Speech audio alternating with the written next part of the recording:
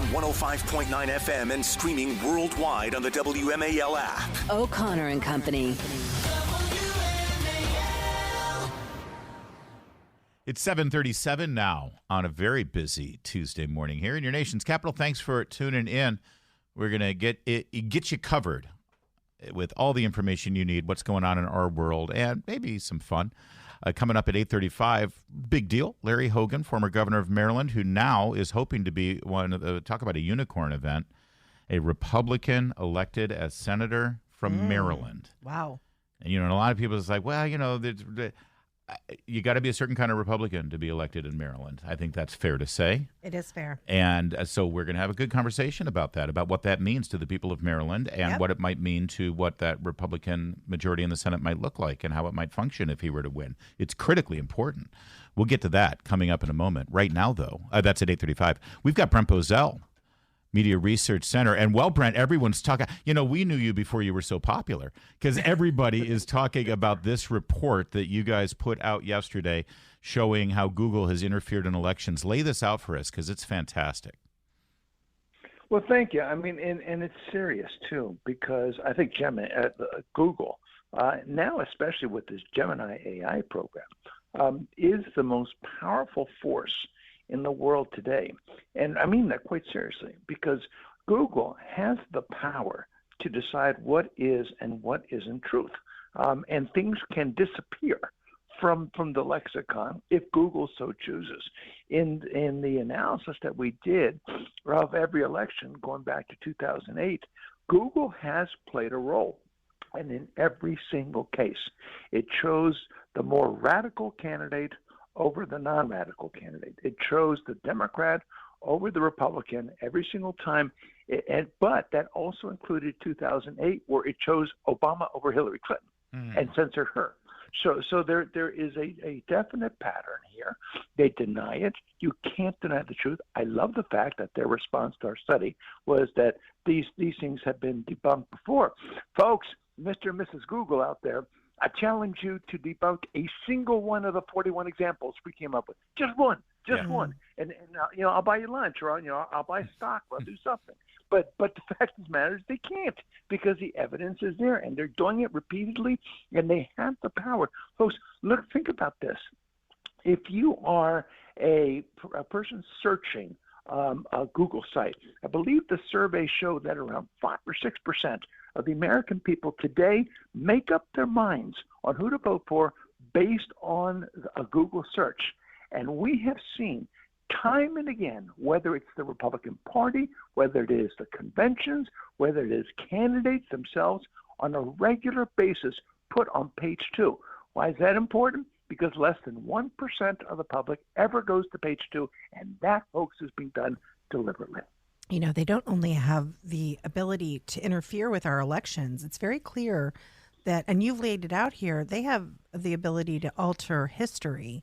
Someone on Twitter was talking about some of the stories that the New York Times had produced during COVID, sort of harassing parents and smearing parents and smearing any official who doubted sort of the conventional wisdom at the time.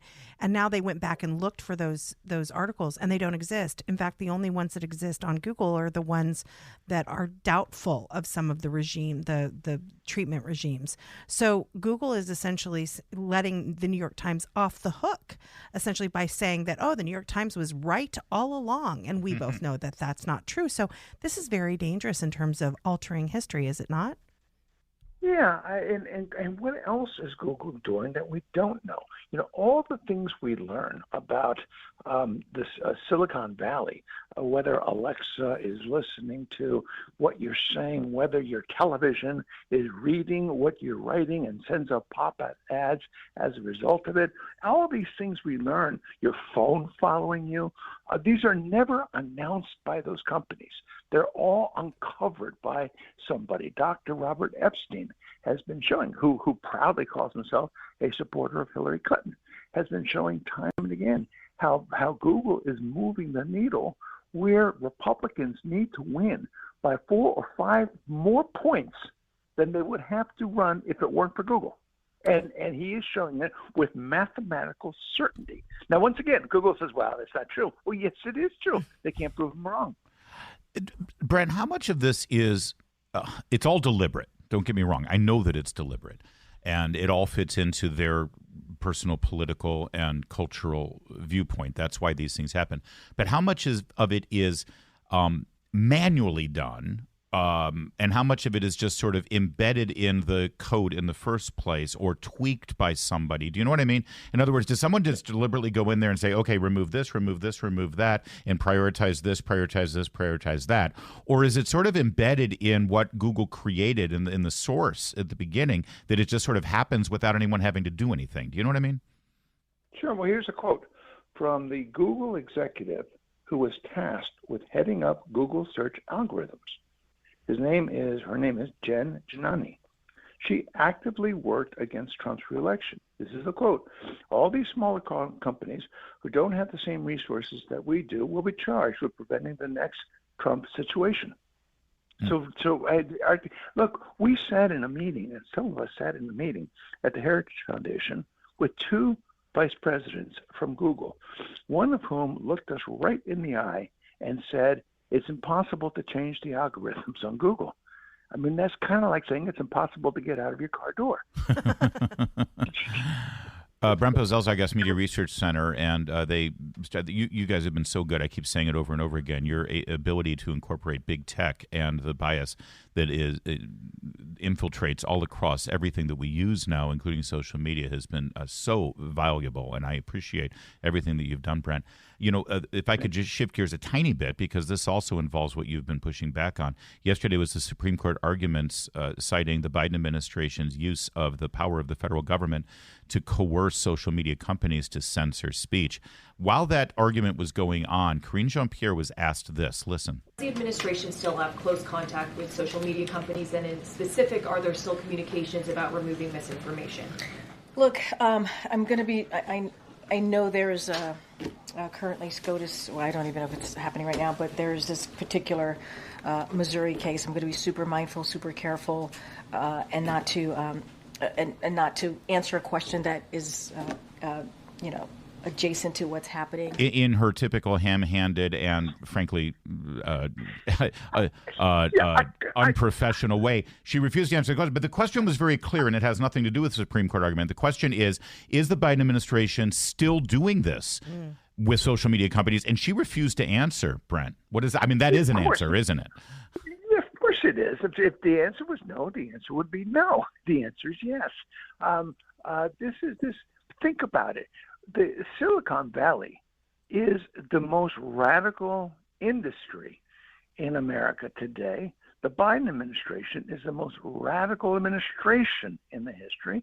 You've got Alex Soros on a regular visit. Now, he's wearing a path in the carpeting of the Oval Office and going in and out, in and out, in and out.